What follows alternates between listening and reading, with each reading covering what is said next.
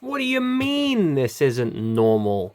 Now, my room is packed with stuff, but most of it looks something like this, like this, like this, like this.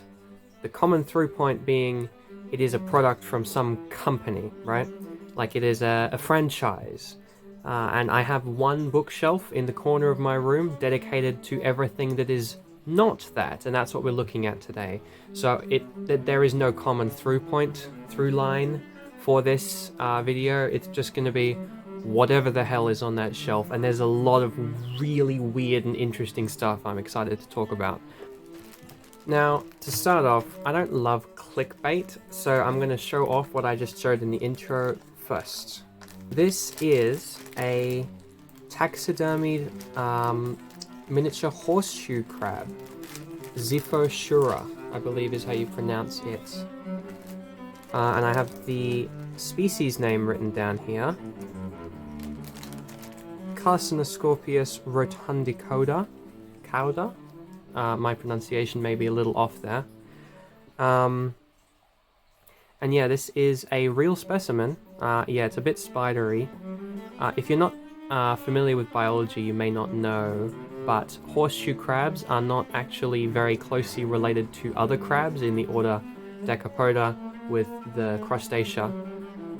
These are much closer to spiders because they are chelicerates. They have the first two little grabby bits you see here are actually adaptations of the pedipalps, which are on the sides of the spider's mouth that help it like put food in.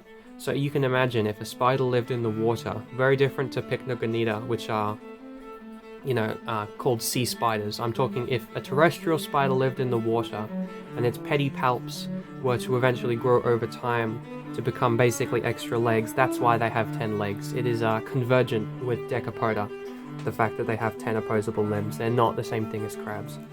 And this is a very lovely specimen. I got this for like 80 bucks, I think. I went to Randwick in Sydney on my own. Little spots here, very cute. There's a bit of yellowing due to the lacquer that was used to sort of preserve it, and it does smell incredibly fishy.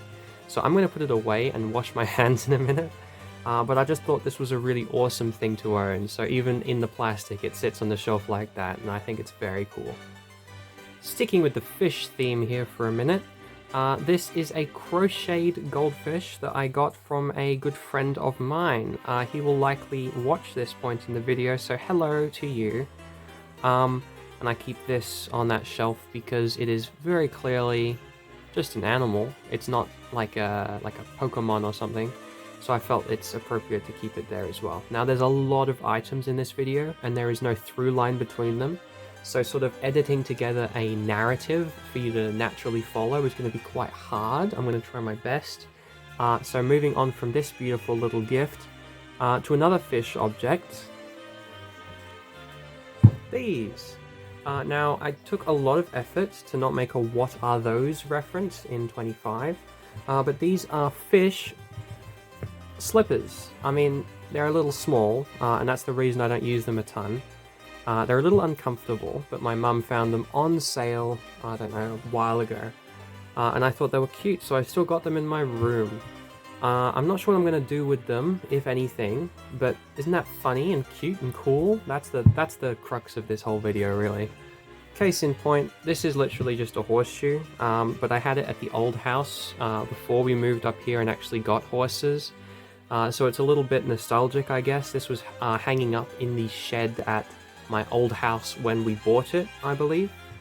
So yeah, this is pretty useless, but kind of nostalgic. You also would have seen this in the JoJo video. This, I guarantee you've never seen before. This is I Love Sydney Metro merchandise. Now, the fact that I actually like the metro system in Sydney City itself is kind of irrelevant. This is a shitpost.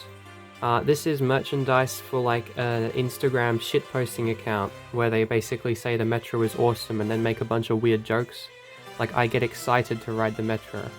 But the line on here that really makes me laugh is the metro takes my heart from Chatswood to Central in 15 minutes. Yeah, I couldn't pass this up. I think it cost me like $15 or something. And I have got a whole mug collection downstairs, which I'll show off at some other point. It'll be a short video, maybe 5-10 minutes. But this one I keep in my room because it's just so funny. This, at first glance, you may think it's like some old intricate tome. But no, this was a cheap thing that I got in England, I believe, as a kid. You can see the cheap little, probably some kind of quartz. I'm not a rock person. I mean, maybe you'll think that I contradict myself when I show you all the rocks on the shelf in a minute, but I'm not qualified to tell you what kind of cheap stone that is. But yeah, this is a sort of parchmenty, old feeling, traditional paper book. And it's very cool. I got it when I had a gift of a quill and ink to learn how to write with a quill and ink. And it's bound with, you know, like actual string, or twine rather. But this is not old. This was like maybe 10 years old, okay? It's not a proper old book like it's imitating, but it does a good job. It really does feel old. And I skipped it over at the start because I'm a little embarrassed, but I guess I drew a Mars shadow in probably 2017. So yeah, well, there was probably some other things in here that I took out years and years ago, but I keep it mostly just because it's really cool paper, even though it's a bit tacky looking. Sorry, I just had a spider on me. Typical Australia moment. Now this is an interesting little thing to look at. I can't really give you the best view of it using a, you know, vertical phone. This is a thermometer. On each of these little slime-shaped dobs inside, underneath there is a little temperature tag written on it. I'm going to move the phone, hang on. On each of these you can see there's a little tag with the temperature written. And the idea is that due to the differing densities of the fluids inside of these little thingies, the one that is most reflective of the current temperature will be in the middle of the solution, I believe. So right now it would be saying that it is between 28 degrees Celsius and whatever this one on the left is. It's hard to sort of get it to spin. 20. Well, it is between 28 and 20, so I guess it's right. But this is a very inaccurate one. I've had it for ages. I'm not sure if maybe there's like a little leak between the fluids inside and outside the ball. Unfortunately, it's not an actual orb. It's sort of an orb with a tumor. So I'm not pondering my orb, I'm pondering my Christmas ornament. But it was a cool idea when it worked, and it still looks nice on the shelf, you know. In here, we've got a very cheap, small trilobite fossil that my grandmother got for me. And I've kept it wrapped up because it is, you know, it's a fossil. They're quite delicate. But this is quite well preserved trilobite. Now, trilobites aren't incredibly special to find as fossils. They're one of the most common fossils, up there with, you know, your ammonites and your crinoid stems. But that's still a pretty cool thing to have, because that's hundreds of millions of years old, potentially. Let's do some books, shall we? Now, I'm not going to do every single book that I own. I have a whole palette of books downstairs that I'm not going to show off today, and I haven't read every book that I own. I keep books thinking I will read them and then don't. I'm just going to show you some of the ones that I have in my room on that shelf right there on hand. And this is one of them. This is a field guide to birds. Obviously, I'm pretty sure you can read. And I just think this is cool to flick through. If you see a bird that you're not sure about, you can have a look. I got inspired to buy this after going on a field trip to the Macquarie Marshes in inner New South Wales. I had to drive to Dobro on my own. That was kind of annoying.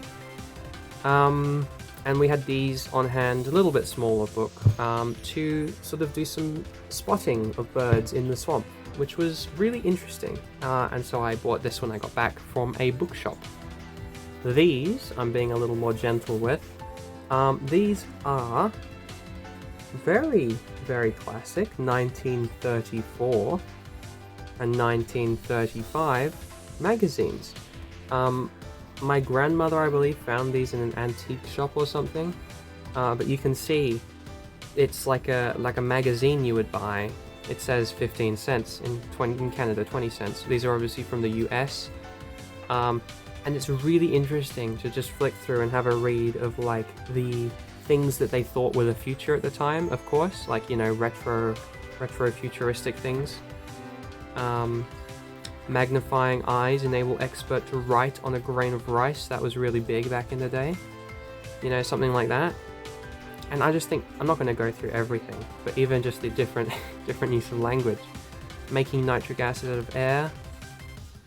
Novel uses for auto generators. And some ads. A double toothbrush. It's just really interesting to own something so old. And of course they're very visually striking. It's very nice to look at on the shelf. Obviously something like that's never existed, but a ferry like this with the sort of catamaran design, I'm not sure exactly, I don't remember, it says what's on there. I'm not sure exactly what the thesis point of this article about the boat was, but it's interesting to see we have things that look kind of like this now. Nothing at all like that. Very interesting to own. This is called Consult for All You Want to Know. Or Consult Me, sorry. This is obviously a very, very old book. The book that every family needs, just consult on whatever. And I thought this was an interesting thing to have. Obviously it is very old. Let me find the date for you very quickly. May 1866. This is pre-Jonathan Joestar. If this date in the bottom left is accurate here. I'm not sure if this is a republishing or what, but it certainly feels like it could be that old, just holding it in your hand. Obviously there's a lot of yellowing on these pages. I'm not exactly sure where this came from. It may have been my grandmother's antique collection, but yeah, I'm being incredibly gentle with this just because of how old and how fragile it is. But something like this looks amazing on the shelf, you know. And having a look through to see how different life was, even if it's only 100 years old. I say only, that's a lot. That's older than like all of the buildings in Australia, really. Most of them. We got Frankenstein. This is a classic horror novel. I love the gold, gaudy, flashy color on the outside of the pages here. But this is just a modern printing of the classic book that feels nice in the hands and is probably the best way for you to read it. We got a couple of absolute, you know, literary classics for children and young people. I guess Sherlock Holmes isn't really young people, but it's not too far off. And I read this when I was younger. I didn't get most of the way through it. I maybe read, I don't know, half of it. And that's pretty cool to have. Jungle Book I read when I was a kid, I believe, and I remember very little. But these kind of classic books are just sort of nice to have on the bottom of a shelf, you know. Pretend you read. Similar case with these. Got Macbeth. Now this is not because I'm a pretentious wanker that keeps Shakespeare on the shelf for fun. It is actually because I had a box set of Shakespeare given to me by my dad's friend when I was like 3 or something. He thought I would read when I was older. And they are... You see how bleached this is? They sat in the sun unread for years. And then I took them out, have a look through. And Macbeth, I mean, it's a nice one. It's one of the better ones. But it doesn't fit back in the sort of cardboard box sleeve the rest of them are, so I have Macbeth on its own.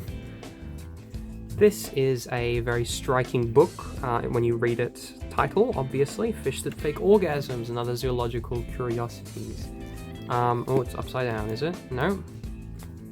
Yes, it is. Someone has put this back in its case upside down in the process of moving. But it has a lot of interesting sort of biological facts written for the lay person. I liked this book a lot as a kid, so that's why I've still got it on the shelf. I don't know who has taken it out and put it in upside down. That's quite annoying. And we got Stephen Hawking's book that I promised my friend I would read, and I forgot to... Oopsies. Stepping away from books for a moment, these are some Coke bottles, as I'm sure you can see. I have one friend who is popping off right now. But these were actually borrowed from a restaurant in Indonesia. And the reason that I thought they were interesting enough to take, or actually my father took them and gave them to me, is because if you see the date, 1996, and obviously that's in Indonesian, yeah, no, we didn't go there in 1996. I was born quite a few years after that, right? What happens in Indonesia, and probably a lot of other places, couldn't tell you with exact certainty for the rest of the world, but at least in Indonesia, Coca-Cola is brewed locally, of course, the same as every country, but then it is bottled in recycled bottles. And they don't even change the date, they just reship it out in this. And I thought that was so interesting and weird and cool. And there is some dirt in here, I'm not sure what's gotten in there, but yeah, my dad thought that was interesting, I thought that was interesting, and you know, are they going to miss 2 bottles that are that old? I would say probably, but I wasn't the one who took them, so cool to have, cool little story to say, and they feel cool. They look nice, well, they don't look nice, they look like kind of like recycling that needs to be taken out, but it's a much more interesting bottle to hold than most bottles nowadays, isn't it? Now, if I didn't have the foresight to actually write on the top of this, yeah, I'm not sure if you'd be able to tell what this is. This is a jar of cocoa powder, extremely high quality. I'm going to open it off screen because there is a name on the top you probably shouldn't read. Extremely high quality cocoa powder, and it smells absolutely amazing now that I've opened it. Jesus, I'm going to have a lick. Okay, don't have a lick, it doesn't taste like chocolate, guys. But yeah, this is cocoa powder that I got from my lab internship. Now, I know it's probably not as visually interesting, I'm just going to move this off to the side because it has the company name written on top. I did an internship with a chemistry laboratory in Sydney as part of my university, only for a few weeks, 7 weeks I think, and as part of that we were testing food samples and medicines and animal medicines, sorry, not human medicines, we're not good enough for that. Animal medicines, human food, animal food, pretty much. And of course, cocoa powder is a human food, and the company sent it in to us to get checked whether it has the right amount of this and that, and fat content and yield of this and that, and all sorts of different tests we had to do on it. However, in order to do those tests, we needed that much of it, and they sent 2 cement bag sized bags of that incredibly high quality cocoa powder to us. So of course they felt very bad for throwing it out because it's a waste of food, or potential food, or money even, if you want to think of it like that. So they basically let me take as much as I wanted, and I got this big bag, and I tipped it in there. My lab coat was filthy. Maybe I'll show you a picture of myself holding the bag of stuff in the elevator on the way home.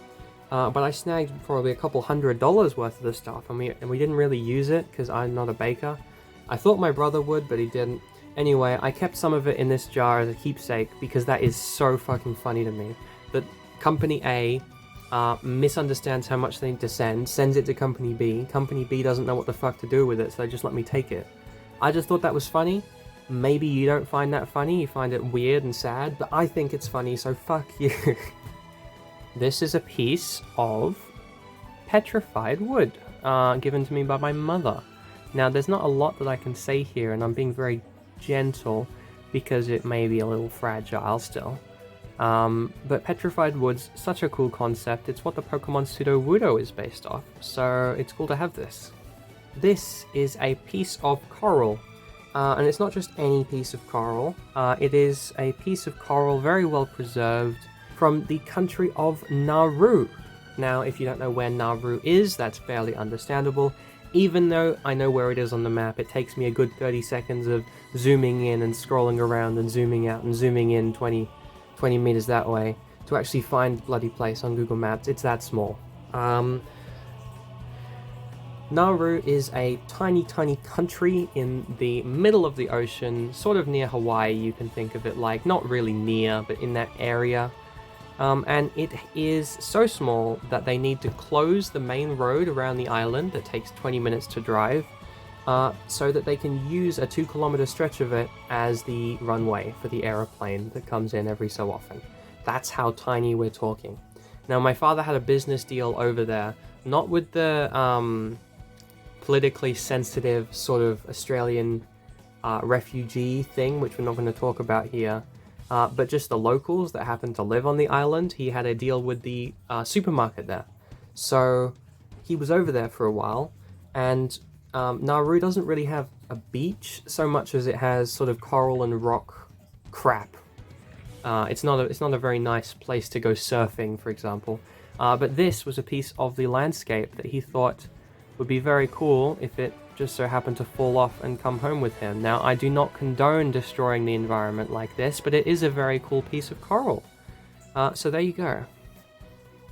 Here we have a big egg with a hole in the bottom so the fluid is out, so it's actually hollow. I'm fairly sure this is an ostrich egg.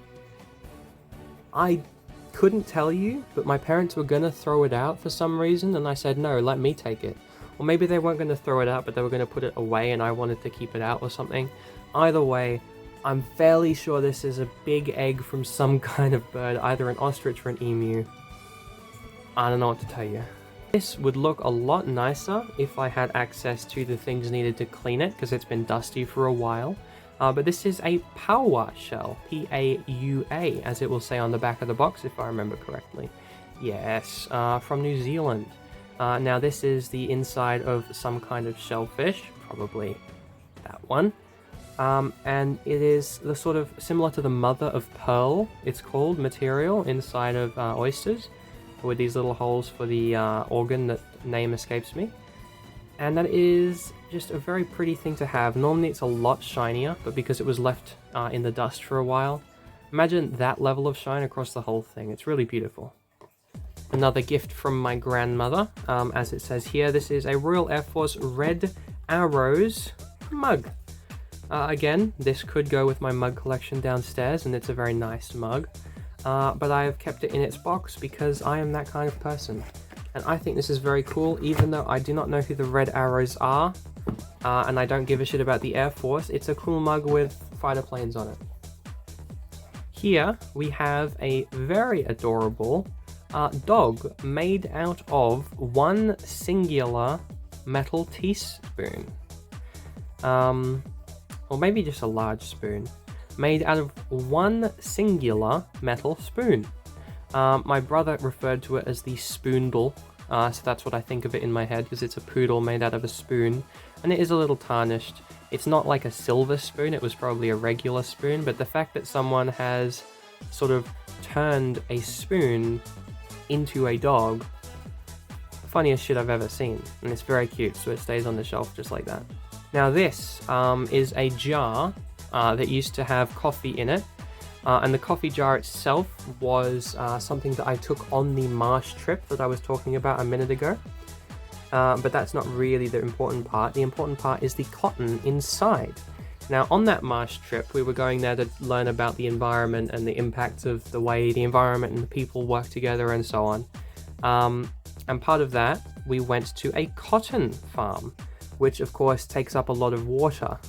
And I took this cotton from the side of the road there because it had blown off, because, you know, there's a lot of it. And you can see in the bottom here, those are blue seeds. Now, seeds are obviously not naturally blue. That is a pesticide applied to the cotton seeds. And they were given to me by the farmer. He was like, yeah, this is a seed that we plant. And I just said, hey, can I take them? And he said, yeah, sure. And this is just a memento if you prefer, of that marsh trip. It was a really great trip. Visiting that farm was quite interesting, quite soul-destroying in a way, seeing that horrible monoculture for many hectares. But it's a cool little keepsake to see this. I'm not going to touch those seeds again because they are a pesticide, but the cotton itself is fine, so that's pretty cool. This is a Triceratops, obviously, and it is made out of the stone onyx. Now, is that relevant on its own? Not really, it's just kind of a cute little keepsake. Maybe you'd be thinking, oh, you got it because onyx, like the Pokemon, but it's not a snake. No, I got this on my Year 6 excursion to this place called Questacon. Now, if you're a school student in the state of New South Wales, or ACT probably, in Australia, you know that a very, very commonly done field trip in year 6, which is the last year of primary school, is that you go to like this big science museum in Canberra, the capital. Not the biggest city, obviously, that's Sydney. But Canberra has like the government, a Uniqlo, and Questacon, and that's it, right? The rest of it's just pretty sad. And in Questacon, I was too scared to go down one of the big sort of physics things. It was like a big slide you had to do. But I used the money that my mum gave me, I think this was like $10 or something, to get a little Triceratops, and I thought this was very cool, and it is very nice to hold in your hand still, even now. And this is much more a memento of that field trip, and me being sad at not being able to go down the slide because I was a pussy, compared to the actual thing itself, because it is a bit tacky, it does look like a toy. But it's a nice rock. I mean, onyx is a nice stone, so there you go. This is probably the biggest item on the shelf, and it's also the most recent. Now, I've not moved the camera any closer. This is just a comically thick book. That's my hand for scale. It's insane in person. It's quite heavy. It's a decent amount of weight just to even pick it up like that. It's a bit of a struggle. And you can see on the side here, there's all of these sort of thumb tabs with a letter on, because this is, it's a bit faded, the dictionary. This is a dictionary from the, oh look at that, language tree. I forgot there was this tree in here. Isn't that awesome? I'm not a big linguistics nerd, but I just thought this would be cool to own, and I found it for a whole of $10, I think. Yeah, 1938 there. 1966. Yeah, it's 1966. So it's not incredibly old, but it was old enough that I thought it would be interesting to see if there was any differences. And look, you got little drawings, you got probably slightly different word meanings than if you were to look at it today. You've got the odd pictures in there with the old photos. I just think things like this are fucking awesome to look through every so often. Coffee table books even. I haven't sat down and read through it myself, obviously. It's the whole, like, look at how thick and detailed this thing is. There's so much of it, but I think this is awesome. At the moment, I have this sitting on the corner of my desk, and I put my fight stick on top of it because it is very, very sturdy. Yeah, that's one of the coolest books that I own. This is, as I'm sure anyone with a brain could deduce, a sign that you put on the door to basically, in a jovial manner, say, hey, I have a cat, haha. There's a little magnet stuck to it. I'm not sure where that's come from, but that's quite annoying. I had this stuck on my door at my old house. I almost said the name again. And I don't know. I need to put it on the door here, even though the cat doesn't come in here. I just wanted to mention it because I needed to move it out of the way. May as well move it through the camera for 2 seconds. This was I believe my late grandmother's butterfly. Obviously, there is some air gap in here, and so you can see they've actually started to decay the wings a little, which is quite unfortunate. I'm not sure how I can personally fix that. I can't see any gaps. But yeah, this is the Morpho genus butterfly. There's a lot of Morpho species, and actually that's the etymology behind Morpho Knight from the Kirby series, which is pretty interesting. But I have this because it was my grandmother's, realistically. It's many, many years old. It's got some Japanese on the top there saying that they were like taken ethically or whatever, but it's a dead butterfly. I mean, is this classy? Is this creepy? I'm not sure, you tell me. Now this piece has one of my favorite stories attached to it out of anything that I own. I'll talk about the lid very quickly. The beak snapped off, and I think it got hoovered up, so that sucks. But that's, yeah, and that's all I have to say really. This is a teapot, which you might be able to guess from the handle and the fact his mouth's open. And it's a very, very fugly giraffe. You can see the face. It's a face only a mother could love. And the mother is actually here. I'm not going to show her name, but this is an artwork, an art piece primarily, and a teapot second. Now, the reason that I have this in my room at all, and I think it's funny, is during 2 Christmases ago, I believe, we had that white elephant game going. The first time we were trying to do that instead of getting traditional gifts. You know, the thing where everyone gets a gift, they put it under the tree, and then you can either take one or steal someone else's gift that was already unwrapped, you know, that kind of thing. And my family put in a lot of effort to get like interesting, unique things. The theme was thrift shop, so it was all stuff from like pre-owned stores, like, you know, your Vinnies, your Salvos, right? And everyone else's gifts absolutely fucking stunk. This was one of ours, I believe, and it was like probably the most interesting thing there, which is saying something given it looks like that. But, and I don't want to get too detailed here because this is public record, but look, for privacy, I'm going to keep it quick. Basically, I used my brother to steal this off the relative that I didn't want to have it twice, because I wanted them to not have it because I don't like them and I'm mean, and also because they didn't have any good gifts in return. So screw you, suck it. This is my beautiful giraffe. I love it. Purely, well, not purely, it is kind of cute on its own, but mainly because the relatives that I don't like don't have it. As you might be able to guess from this case here, this is a pair of real binoculars, which is pretty interesting. Not exactly the most useful things these days, but I mean, the case looks cool and they're very classic old school binoculars with the caps on still. I'm not going to take the caps off actually, but you can see like the little red sort of felt inside and all of the dust out on the table. Jesus, old ass binoculars. That's the whole entry.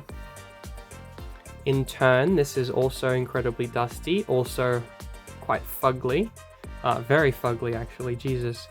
This was an eagle that was in the house at the last house, and I rescued it. Yes, it looks disgusting visually. It's almost funny how bad it looks. But I've kept it just as a keepsake of that house, and also because, spite, my dad wanted to throw it out. Another bird, this is a duck that was from another house that we used to have. Without going into specifics, we had a house that was near the ocean, and at the ocean house, we sort of rented it out, and we had a whole bunch of old furniture that was left there by the previous owners. In one of the bathrooms, there was this, and as you can tell by these, it was the one that sat on top of like 3 toilet roll holders. You can imagine like a base and then the toilet rolls on the stick, and then he would sit on top of them like eggs. And I thought that was absolutely precious, so instead of letting my dad throw it out like the rest of the stuff, I took this one home. Now you can see it's been chewed on by my cats here, which is unfortunate, but very charming little wooden duck. For many years, I used this in the last house that I had to basically sit on top of a piece of wood cut to the same size as the skylight in my room, because the cats would poke their heads up the skylight because I had like a tall bed, right? They'd stand on the bed and go up the skylight and get lost in the ceiling, which is bad, obviously. So I needed to actually get up into the skylight to peek through like the lining to change a bucket of water because there was a leak we couldn't fix. Very makeshift, I know, but we would take the bucket out every so often. So I needed access to the inside of the skylight, but I also needed to block it off from the cat. So I had the skylight plastic, bit of wood on top, and then I had the duck sitting on top as like a weight. So I could push it up, but the cats couldn't. That's why he's so dusty. At the moment, I just have him sort of sitting on the side, but if I ever have another skylight, maybe that'll be his job. This is actually the most recent thing I've got here. I probably should have thought about this when I said the same for that big book over there. But yes, this is a jar of ink that was found on the property just a few days ago. At this current place, because the old owner was like a very, very old man. He had a whole bunch of weird farm equipment and stuff. I'm not going to go into it too much, but he had a whole bunch of old shit. And we recently found this jar of ink, and I thought that was cool because you can tell that it's ink and nothing else. And people don't write with ink in like a little jar anymore, so rest easy, buddy. Technically breaking the theme of that bookshelf, this was from the windowsill instead. This is a little solar-powered samurai character, and I've had him bobbing his head when the sun is active, of course, for the last few years. It was a gift from my mother, and even though it's kind of tacky, it looks like a kid's toy, believe it or not, the sort of clicking sound he makes, it's very hard to hear on camera, especially with the fish tank, but I can hear it. The tick tick tick like a clock helps me go to sleep, so that's why I've still got him. Now I got a lot of rocks to get through, so I'm going to go real quick. This is some kind of black shiny thing that I found in the soil on this property. Now I mentioned the old man who used to live here. I'm not sure if he had like a side hobby of making furniture or something, but there's like a patch of dirt on the road here where there's like a shit ton of obviously anthropogenically cut materials. This one looks fairly natural, but there's a whole bunch of other chunks that very much were cut by humans, which is really interesting. I'm just going to leave these here so you can see how many I've got. This one's perfectly clear. It might be glass, but it doesn't look like naturally like fractured glass from having been dropped or something. Like that's a human-made edge. But what the fuck is it, right? Similar thing, this is a beautiful black shiny stone. Same material as this one, possibly. This one is just got like glints of this material in. I'm not sure if this is an offcut. This is one of the offcuts I was mentioning that's been cut by a human. Look at how smooth that face is. These I've picked up just because they were uncharacteristic of the soil up here. They've got quartz in the top of them, obviously, given the sparkle. I've since learned after picking this up that this is just concrete, but it looked cool at the time. This is a piece of something that I just saw this sticking up out of the soil and I thought, oh, what's that? It looks like obsidian. But it's just some kind of glass, possibly? And this, I have no idea why I have this. This just looks like a generic rock to me. Now, that was just what was sitting out and is as of yet unsorted. This is the rest of them. Yeah, so there's quite a lot of rocks that are interesting that I found on this property. Some of these look like just, you could have found this in the ground naturally. Some of these are so perfectly shaped that it absolutely has to have been a human.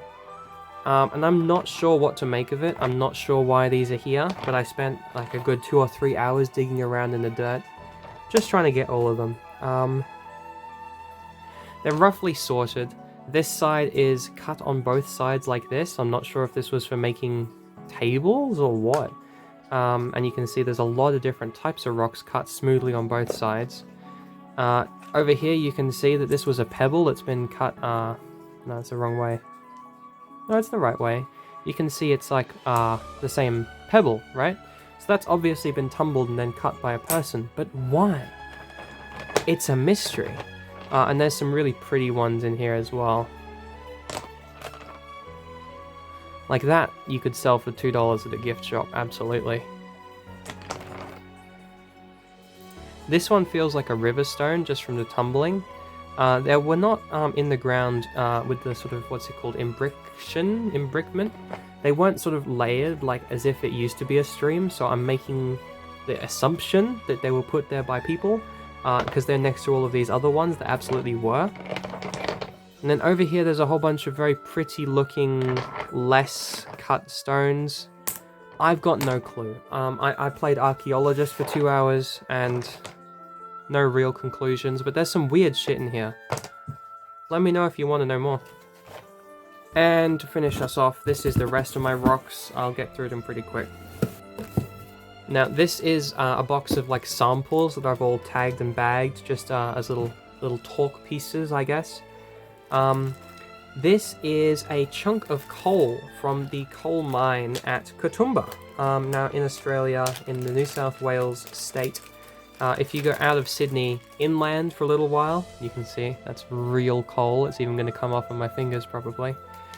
Yeah, just a bit.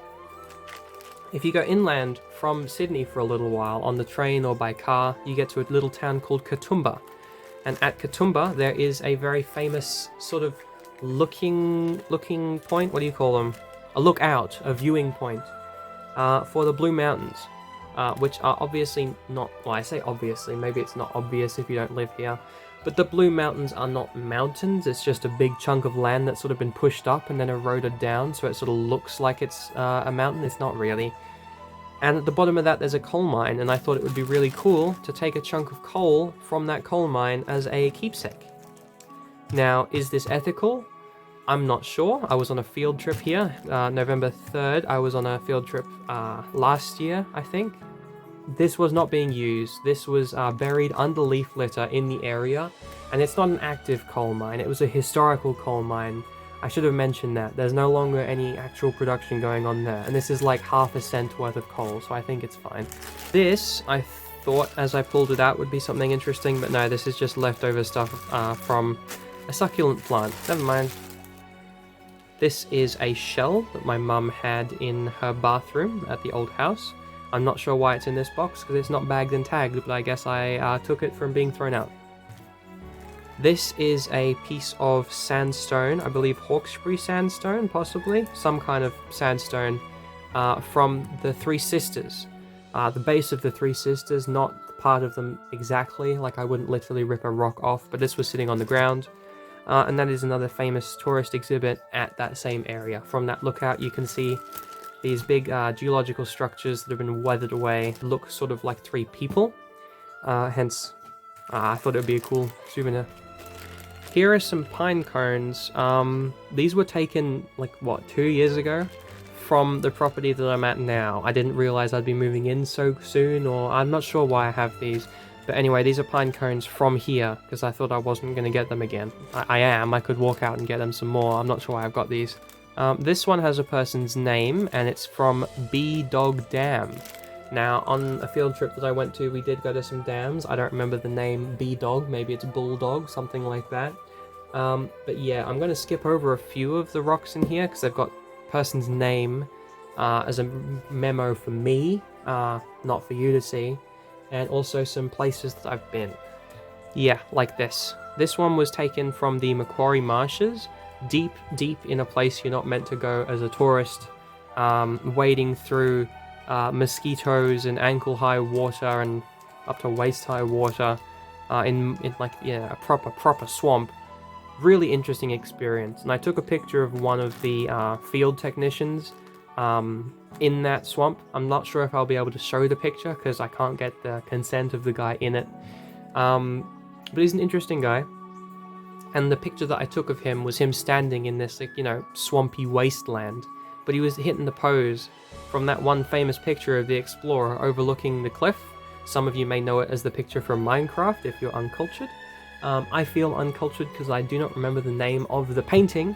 But anyway, he was hitting that pose, and I took this rock from the ground when I was taking that picture as a keepsake.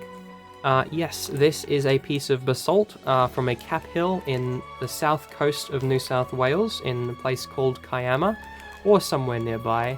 And I took samples on a field trip that I did with a lecturer whose name is under there. And as sort of like study notes, I guess you could say. Now, this didn't help me pass any exams, but it helped me remember that basalt forms the cap hills on the sort of upraised ridges of land around that area because it is more hardy and therefore didn't get eroded away as easily. So when there was volcanic activity a long time ago and the mountain ranges sort of went down like that across the state, not mountains, volcanoes I should say, volcanic activity, the basalt that was left on the patches eventually becomes the top of hills because the rest of it wears away. So that's interesting. This has got another lecturer's name. This is a generic piece of rock from the Warren Weir, which is a politically slightly sensitive spot from that same trip that we went to the marshes. Really interesting. This was from a classmate who I should probably keep in better contact with. She split some rocks open on the riverbed because she is a geologist and she was bored, and this looks really pretty inside, and I kept it as a keepsake. This is some mixed detritus that I found while walking with a friend on the beach on that field trip. It just says mixed detritus because it's just shells and shit. This is a piece of what I believe is some kind of quartz from the Burrendong Dam on that same trip. These, I stopped the car on my 5-hour drive to Dubbo, which is a city in the middle of New South Wales, with pretty much nothing on the way between here and there. And I thought it was like a cool thing to take some red Australian rocks from the side of the road as a keepsake. So yeah, these are just sort of generic Australian red rocks, but they're from the road to Dubbo, probably the Golden Highway. I don't know. I was very sentimental that trip. This is a pebble from Fry's Creek, which is under here, and also a magpie feather that I got that day that fell on me, I think, something like that. I wouldn't have just taken any magpie feather, something interesting must have happened. But yeah, Fry's Creek, I believe that was the site at which my friend who broke open the rock gave me half of it, or I took half of it, I don't remember. So yeah, we were doing field work, doing sort of surveying of like the rise and run of the stream. So I thought, why not take a pebble from there as a keepsake? I still remember standing ankle deep in the cold water, holding like the pole to like get the angle right. It was an interesting day. This is another piece from Burrendong Dam. These are a couple of sort of ice cream sandwich style pieces of rock. I think that's pumice. Yeah, it feels like pumice, volcanic. From the trip to southern Sydney. Oh, sorry, south of Sydney. From the trip to Kiama in that area. I've listed them as unknowns because I probably didn't bag and tag them quickly enough to remember why they're significant, but they're interesting to have, I guess. Similarly, that same trip, these are pieces of rock from the very layered coal seam.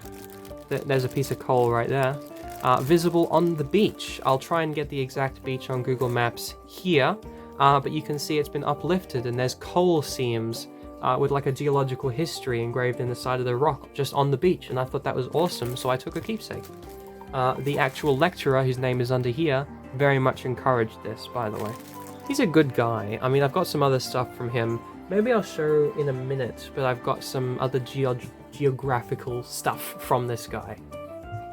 This, above my fish tank, is a map of the Parramatta River, and above that, a map of Cowan in New South Wales, Australia. Both of these, as well as a shit ton more maps, maybe 20, 25, I got from this lecturer because his faculty was giving them away at university. This was from volcanic rock on the beach. It looks sort of like orange pumice. I want to have my friend ID it, hence the name. And these are some more interesting, sort of very flecked unknowns from that same trip to southern New South Wales. And that's it for this box, and that's it for all the rocks I'm going to subject you to today. I probably do have some more, but that's it for the keepsake ones right now. This is another gift from my mother, similar to the petrified rock. It is like a little necklace with a fossil in it of a crinoid stem, which is, well, at least I think it's supposed to be that. It's very cool. This is the coolest rock, hands down, that I found on the property because it looks like a moon rock from Mario Odyssey. Yeah, this is very, very obviously made by people. I'm not sure why or what this was. It's not perfect on one corner, so it's not like entirely every side cut by humans. I've got no idea what this is from, what it's made of, or what it's for, but I know that it's very nice to hold in the hand and it looks like a moon rock, so I'm keeping it on the shelf. And these are some marine fossils. I'm not exactly sure what they are, it's very hard to make out. But these were actually free from my university. For whatever reason, they were downsizing the amount of fossils that they were keeping. And this is a marine microorganism fossil. It's kind of hard to see here, but you can see there's a sort of pattern on them. This mark was unfortunately made by a person. But the rest of it is fossilized remains of microbial activity, which I think is really, really fucking cool. And then the other one has actually got a bit of a creature there. It's quite difficult for me to tell you exactly what kind of creature or when it lived, but this is definitely a fossil. There's another bit of a shell there. Crinoid bits, maybe? I don't know. I think stuff like this is just fucking awesome, personally. And now, the pièce de résistance. This is a real taxidermied crocodile head. I think this, not only is it a great thumbnail, but it is a very, very awesome thing to have on the shelf. Very imposing, really strikes a tone. And it is a little uncanny just how realistic it looks, because it is real. If I poke the skin here, you'll see it gives a little. Maybe you won't. But I can feel under my finger that it's giving a little. Because yes, this piece is concreted here. And yes, there's like a hard lacquer over everything. But oh, you can feel it, it's fleshy. And these teeth are real, they're sharp too. The only thing that's totally false is of course the eye. You can't really preserve a dead animal's eye like that, that's a replica eye. But it looks so good. So good. Yeah. Awesome piece. Doesn't even smell. It smells a little. It doesn't even smell much. So yeah, this is the normal person shelf. And we're about done for today. I'll just show you 2 more books. This one is The Humans of New York. I found this in my favorite shop in probably all of Sydney. It's called the Mitchell Street Antique Centre, I think, something like that, near Alexandria in Sydney. And this is just a snapshot of humanity through street photography of people in New York City. There's all sorts of people here doing all sorts of things. Of course, the through line is that they all consented to being photographed, which I guess you would say is a very limiting factor to showing off like the shitty people that live there. But even still, this is an interesting sort of artistic thing to own. Very good coffee table book. And this is my favorite novel ever written. It is called The House of Leaves by Mark Z. Danielewski. Unfortunately, my copy is not in the best condition because it's been moved and probably sat on and all sorts of things over the years. But this is a fantastic novel, and I really suggest that you read it. If you like weird things, that is. And it is, look, I'm not going to spoil it, but it's 4 levels of story all happening simultaneously on different sort of planes. And you can see the editing gets real funky. And there's different fonts for different characters and pictures, and this book's amazing. The reason I showed you these 2 is because I'm sort of testing interest. Would anyone like to see a books episode? Because I showed you a small handful today, but I've got a ton more, right? And this is my favorite book, probably, in general. But there's some other books I really like. And this is already running long, so I'm going to cut it short. But everything else on that shelf over there is a book. The rest of it would be stuff dotted around my room or books downstairs, so I'm going to leave that for now. With that said, thank you very much for watching. This one is much more personal to me, rather than showing off sort of products. And so, if you enjoyed it, that's awesome. Please subscribe. Thank you very much.